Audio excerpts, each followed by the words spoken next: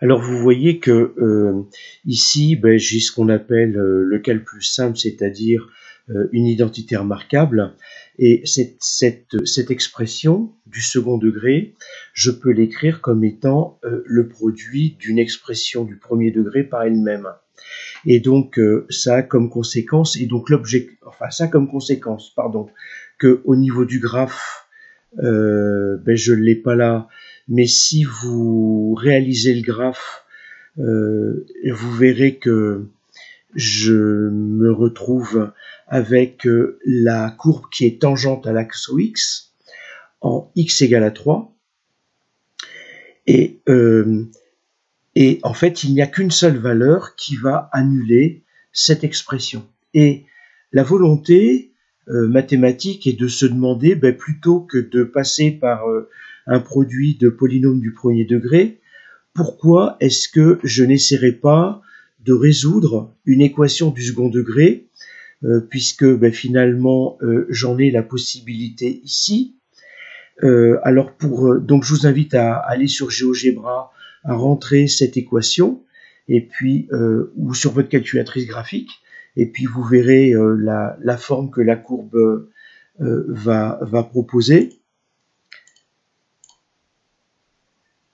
Et puis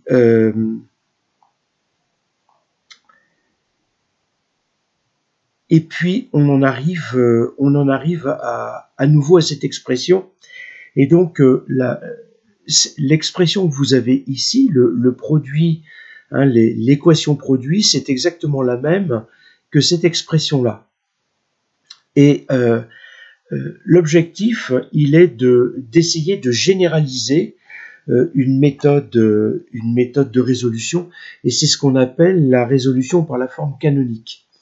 Alors l'objectif n'est pas là, mais en fait on va utiliser une formule qui est issue de la forme canonique, c'est la formule du discriminant.